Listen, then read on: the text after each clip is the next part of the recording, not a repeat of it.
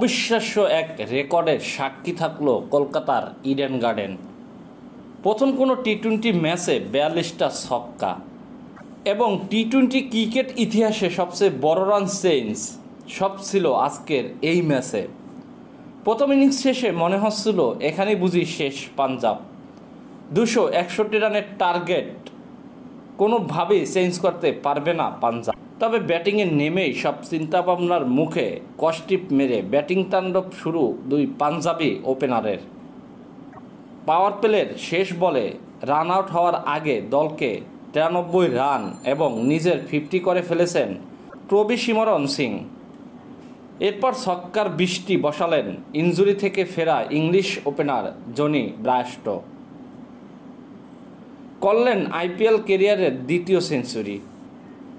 কলকাতার বুকে শেষ ছুরিটা বসালেন ভুল করে কেনা শশাঙ্ক সিং। 8টা ছক্কা এবং 2টা চারে 28 বলে 68 রানের টর্নেডো ইনিংস।